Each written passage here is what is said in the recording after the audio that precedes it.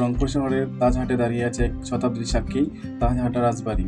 চমৎকার স্থাপত্যশৈলীতে গড়া এই প্রাসাদটি একসময় ছিল তাজহাটের জমিদারদের স্থান। এখন এটি রূপ নিয়েছে ইতিহাসের এক নিদর্শনে, এক জাদুঘরে। রংপুর শহরের কেন্দ্র থেকে প্রায় 6 কিলোমিটার দক্ষিণ পূর্বে অবস্থিত এই রাজবাড়িটি আজও গৌরবময় অতীতের গল্প বলে যায়। তাজহাট রাজবাড়ির প্রতিটি স্তম্ভ, প্রতিটি দরজা যেন আজও সেই রাজকীয় অতীতের স্মৃতি বহন করে। রংপুরের পর্যটকদের কাছে এটি শুধু একটি দর্শনীয় স্থান নয়, এটি ইতিহাসের জীবন্ত প্রতিচ্ছবি। রংপুরের ঐতিহাসিক তাজহাট প্রাসাদটি নির্মাণ করেন মহারাজা গোপাল লাল রায়। বিংশ শতাব্দীর শুরুর দিকে প্রায় 10 বছর সময় লেগেছিল এই দৃষ্টিনন্দন প্রাসাদটি সম্পূর্ণ করতে। তিনি পেশায় ছিলেন স্বর্ণকার, আর তার মুকুটের নামই এই এলাকার নাম হয় তাজহাট।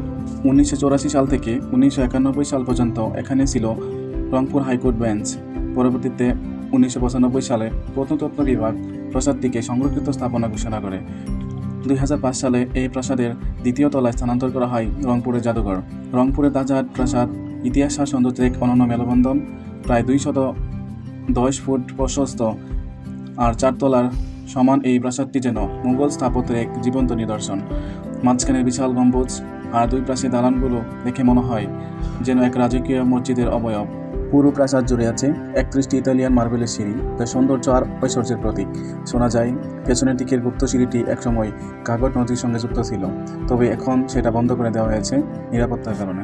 প্রাসাদের সামনের দিক পূর্বমুখী প্রায় 76 মিটার লম্বা এই স্থাপনাটির মাঝখানে রয়েছে এক দৃষ্টিনন্দন মার্বেলের সিঁড়ি, যা সরাসরি উপরের তলায় নিয়ে যায়।